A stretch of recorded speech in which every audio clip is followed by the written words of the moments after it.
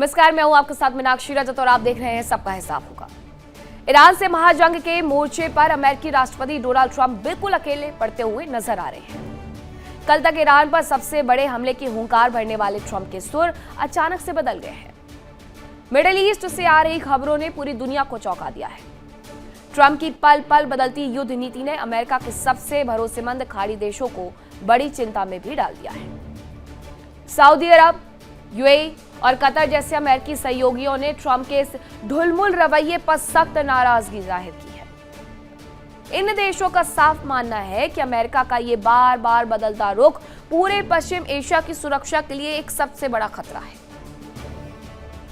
खाड़ी देशों को डर है कि ट्रंप की इस नीति से न सिर्फ ग्लोबल एनर्जी सप्लाई यानी कि तेल की आपूर्ति ठप होगी, बल्कि पूरे क्षेत्र की स्थिरता हमेशा के लिए तबाह हो सकती है। खाड़ी देशों को ये चिंता यूं ही नहीं सता रही है। खाड़ी देशों पर सुरक्षा का संकट लगातार गहराते जा रहा है। फिर उसमें सऊदी हो, कुवैत हो, इन तमाम देशों समेत अन्य खाड़ी देशों ने अमेरिका से मांग की है कि अतिरिक्त एयर डिफेंस इंटरसेप्टर्स रक्षा प्रणाली उपलब्ध करवाई जाए।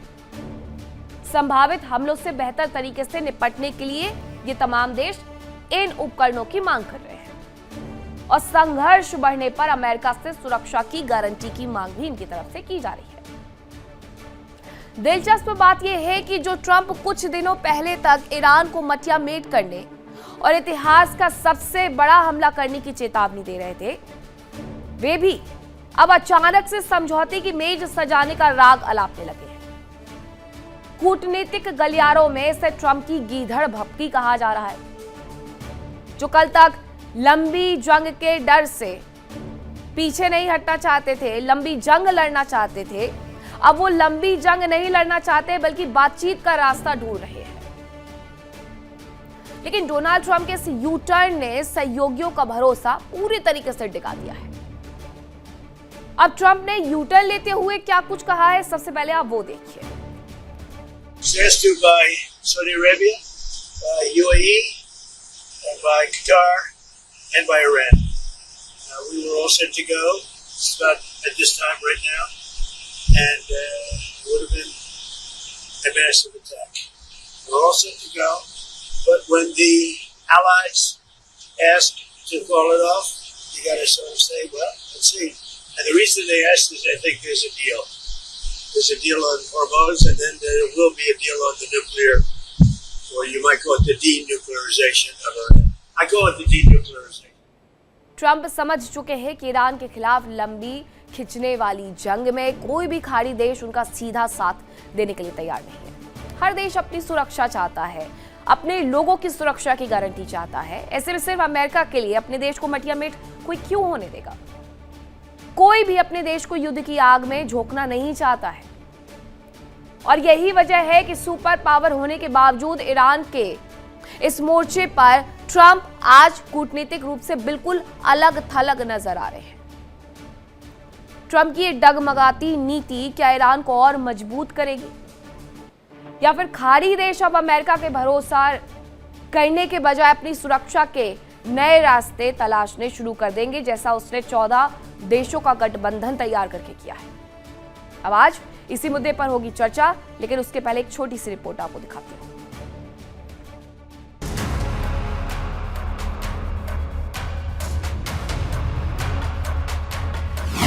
ट्रंप की युद्ध नीति, अरब देशों ने बताया डकैती।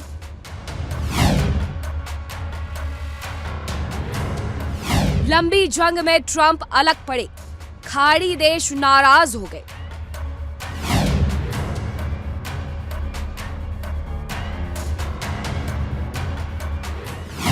ट्रंप अकेले नहीं लड़ पाएंगे जंग, यूएस सेना का सरेंडर कंफर्म।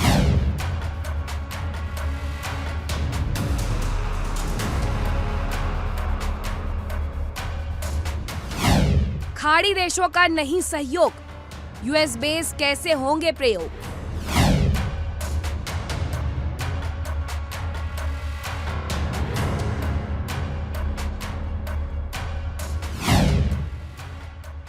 ट्रंप का कापा कलेजा, ईरान अब लाएगा जल जला।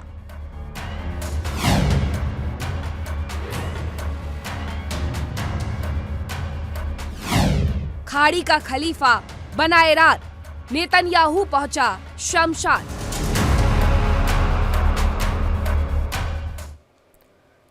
अब चर्चा की शुरुआत करूं, लेकिन उसके पहले बड़ा सवाल यह है कि ईरान को लेकर के ट्रंप की युद्ध नीति से खाड़ी देश आखिरकार नाराज क्यों है। कौन कौन से मेहमान चर्चा के लिए मेरे साथ जुड़े हैं, आपका परिचय करवाती हूं। मेरे साथ जुड़े कर्नल एस.के. मलिक, रक्षा विशेषज्ञ, कैप्टन श्याम कुमार, रक्षा विशेषज्ञ, इसके साथ ही ईरान मामलों की जानकार फिरोज मीठी बोरवाला जी हमारे साथ हैं, और विदेश मामलों की जानकार करोरी सिंह भी हमारे साथ हैं। सबसे पहले करोरी जी, आप ही से शुरुआत कर रही हूँ। क्या हुआ, बाकी देशों को क्यों भरोसा नहीं हो पा रहा है अमेरिका के ऊपर, जबकि अमेरिका ने 28 फरवरी 2026 को जब इस युद्ध की शुरुआत की थी तो उन्होंने साउथ कोरिया में जितने इंटरसेप्टर्स तैनात थे उन्हें मिडिल ईस्ट की सुरक्षा के लिए मंगवा दिया था। जापान में जो इंटरसेप्टर्स तैनात थे, जो फिलीपींस में इंटरसेप्टर्स तैनात थे, वो तमाम उठा करके मिडिल ईस्ट में तैनात कर दिए गए। बावजूद इसके मिडिल ईस्ट की कंट्री को उन पर भरोसा नहीं रह गया है। देखिए, अमेरिका की जो नीति रही है एक महाशक्ति के रूप में, वो सेना की शक्ति बढ़ाने और तकनीकी विकास करके दुनिया पे अपना आधिपत्य जमाने की रही है, दुनिया का भरोसा हासिल करने की नहीं रही है।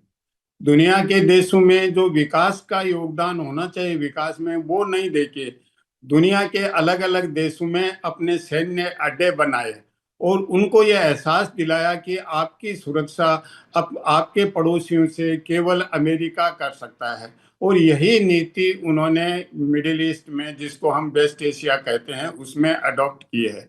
लेकिन जो मिडिल ईस्ट के देश हैं उन्होंने ये तो मान लिया कि अमेरिका हमारे को सिक्योरिटी अम्ब्रेला या डिफेंस अम्ब्रेला दे रहा है, लेकिन उसके परिणाम भी इन देशों को अब भुगतने पड़ रहे हैं। जब ईरान, इजराइल और अमेरिका के बीच जंग शुरू हो गया और पिछले हफ्ते जो स्थिति बनी है उससे ऐसा लगता है कि ये जंग महायुद्ध की तरफ जा सकता है।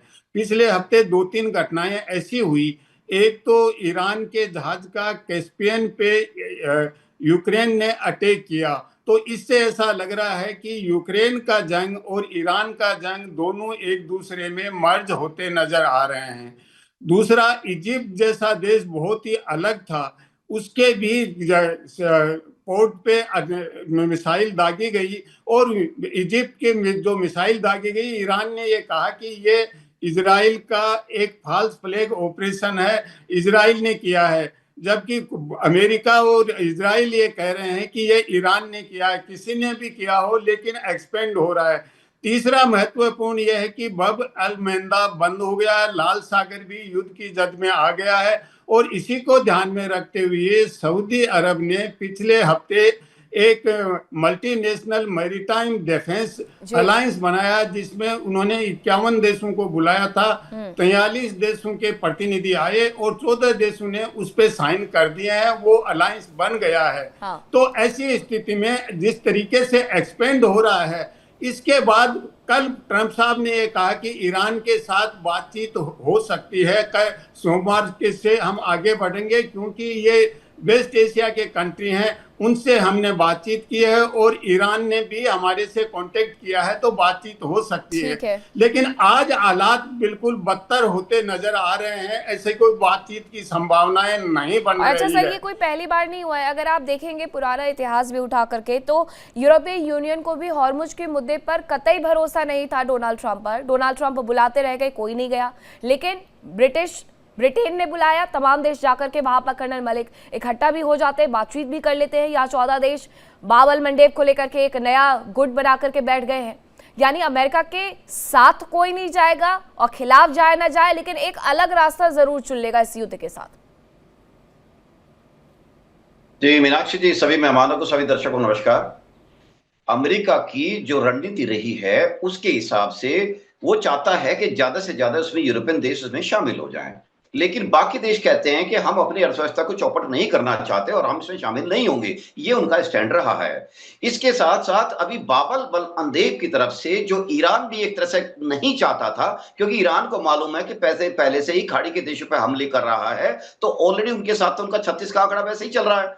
लेकिन ये नहीं चाहता था कि ईरान के बाबल जो हूती हैं वो इस रास्ते को चोक करें। उससे क्या होगा कि क्योंकि ये यूरोप के लिए भी एक तरह से ट्रेड डोर है, तो बाकी लोग भी उन पर ईरान पर प्रेशर ना करना शुरू कर दे, इसलिए एक तरह से ईरान नहीं चाहता था। लेकिन जब बाद में लगा कि देखिए अमेरिका ने अपने दूसरी पुरानी टैक्टिक्स को वापस ले आया है, तो वहां पे उन्होंने हूती को ग्रीन सिग्नल दिया और हूती ने उनको खासकर सऊदी अरब को टारगेट किया। सऊदी अरब का अब आज की डेट में यह है कि सऊदी अरब शायद इस चीज को रिजॉल्व करना चाहता है बिना किसी कंफ्लिक्ट को इंक्रीज किए या इंटेंसिफाई किए, क्योंकि कारण यह है कि सऊदी अरब का एक जो मेजर रूट है वो तो हॉर्मुज सबको मालूम है, दूसरा रूट उसका जो अल्टरनेट था जो मेडिटेरेनियन के थ्रू ऊपर यूरोप को नीचे आपका ये सुएज कैनाल के थ्रू और नीचे की तरफ आने रेड सागर के थ्रू, तो ये भी उसको खतरे में नजर आ रहा है। क्योंकि देखिए कोई भी कंट्री हो अल्टीमेटली उसको उसके कमर्शियल एस्पेक्ट जब हिट होते हैं तो उसको वो बहुत बड़ा पिंच होता है, और यही बात हुई है सऊदी और यही चाहते हैं कि एक तरह से बात को सुलझा लिया जाए। शायद ये भी एक कारण था कि लास्ट मिनट पे जो अमेरिका जिसको अपना कह रहा था कि बहुत बड़ा अटैक होएगा, शायद उसको पीछे हाथ जो पैर पीछे हटाने का ये भी एक बहुत बड़ा कारण है, क्योंकि सारे कंट्री जितने भी हैं इन सबका इकोनॉमिकल बहुत बड़ा नुकसान हो रहा है। हाँ, ईरान का भी हो रहा है, क्योंकि ईरान के उसमें ब्लॉकेट लगा हुआ है नीचे अमेरिका ने, तो वो जा भी नहीं। सुना है कि पिछले कुछ दिनों के अंदर ही 36 शिपिंग शिप्स को वापस लौटाया है अमेरिका ने कि नहीं जाने देंगे। यही बात ये है कि शायद ईरान ने पिछले कल या मेरे ख्याल से जो पुष्ट खबरें हैं शायद 2 या 3 पर अटैक फिर किए हैं हॉर्मुज के अंदर। तो आप ये जो रस्साकसी चल रही है, ये रस्साकसी का खेल अभी चलेगा। इसलिए चलेगा क्योंकि अराजकी साहब ने कल एक नया वक्तव्य दे दिया कि देखिए एमओयू जो डॉक्यूमेंट था ये एक फैंटास्टिक डॉक्यूमेंट है, उन्होंने उसकी तारीफ की। लेकिन अमेरिका कहता है, ट्रंप साहब कहते हैं कि एमओयू के जो था उस टाइम था, द डेज आर गॉन। तो कहने का मतलब है कि ट्रंप साहब जिस गुट से भी बात कर रहे हैं ईरान के, उस गुट की वहां कितनी वैधता है, कितनी वैलिडिटी है, कितनी मान्यता है। और सीधी सी बात है, उनकी बात जो भी चलेगी बात तब सफल होने के चांसेस है अगर उस गुट को समर्थन है आईआरजीसी का, क्योंकि वहां के सारे डिसीजन के शॉट्स है आईआरजीसी ले रहा है और वही लेगा। तो ये अभी जो चल रहा है अभी अपुष्ट चीजें हैं और इन चीजों को क्लैरिटी आने में दिक्कत यही आकर के है ना कि एक तरफ डोनाल्ड ट्रंप कह रहे हैं कि हम लंबी जंग के लिए तैयार हैं, फिर कहते हैं वो लंबी जंग में पड़ना नहीं है कैप्टन श्याम कुमार, फिर वो ये कह देते हैं कि हम पूरे तरीके से जीतने की कगार पर है, फिर वो ये कह देते हैं कि हम बातचीत करना चाहते हैं। तो ऐसे में कब तक ईरान उन पर भरोसा करते रहे? ईरान ने एक बार भरोसा किया और फिर उसे G7 के मंच पर साइन किया जाता है और जाकर के नेटो के मंच पर रद्दी की टोकरी में फेंक दिया जाता है। तो कब तक अमेरिका भरोसा करने लायक तो बचा नहीं है, कब तक करे ईरान ये उस पर भरोसा? नमस्कार मीनाक्षी जी, जय हिंद, सनो वरुणा जी।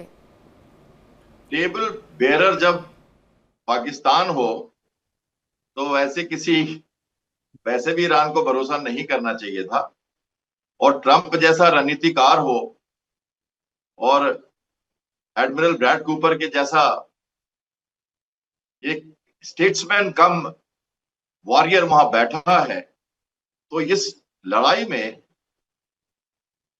विस्मित, हैरान, परेशान ईरान, विस्मित, हैरान, परेशान ईरान। अब ये वर्ड्स मैं क्यों कह रहा हूं? आपने आज टीवी चैनल पे शुरू में कहा डकैती और occupying and looting force Iran उसे कह रहा है। आपके चैनल से कई दिनों से मैं एक टर्म यूज कर रहा हूं अमेरिका की नई नीति लड़ाई की, हिट एंड रन। आएगा मारेगा चले जाएगा, आएगा मारेगा चले जाएगा। एफआईआर करिए, जाइए यूनाइटेड नेशन में, दूसरे देशों को बुलाइए ताकि हवा बढ़े, चारों तरफ से लोग आए, थू थू कह रहे ईरान पे क्या क्या कर रहे हो तुम, लेकिन वो अपना आएगा जाएगा आएगा जाएगा। जिसके पास सस्टेनेंस है, पूरी वार की आकलन में कर रहा हूं दूसरे तरह से, जो मैं लगातार करता रहा हूं फिर से कर देता हूं। ये हिट एंड रन में अमेरिका ने परेशान करके रखा ईरान को, और जीसीसी के कंट्रीज पहलू में लेके बैठा है। सऊदी अरेबिया बोलता जरूर है, इतिहास गवाह है, हूती के अगेंस्ट में ऑपरेशन प्रॉस्पेरिटी गार्डियन चलाया अमेरिका ने, करीब करीब 20 से ज्यादा कंट्रीज ने ऑपरेट किया साथ में उनके। भारत ने नहीं किया, भारत ने ऑपरेशन अलग से चलाया अपना। और यूरोपियन यूनियन नेवल फोर्सेस आई थी, नाटो नहीं आया था, और अभी भी यूरोपियन यूनियन नेवल फोर्सेस आने के लिए तैयार है। फ्रांस ने माइनस्वीपिंग की बात कर दी, जापान रेडी था पहले से, नीदरलैंड, स्पेन, ग्रीस और ऑस्ट्रेलिया का अवाक्स P8I वहां घूमता रहा लगातार 3 महीनों से। सब चल रहा है आराम से। नेवल वॉरफेयर में हाई सी में किसी का कोई अस्तित्व पता नहीं लगता, और कुछ विजिबिलिटी किसी को नहीं मिलेगी जब तक कि यूकेएमटीओ जैसे इंटेलिजेंस एजेंसीज रिपोर्ट ना करें। नहीं पता लगेगा आपको कुछ भी, सब वहां मौजूद है। देखिए इंडिया डेली 24/7 अब आपके स्मार्ट टीवी पर। इंडिया डेली मौजूद है सभी डिजिटल प्लेटफॉर्म पर लाइव और लगातार। इंडिया डेली 24/7 हर दिन राष्ट्र को समर्पित।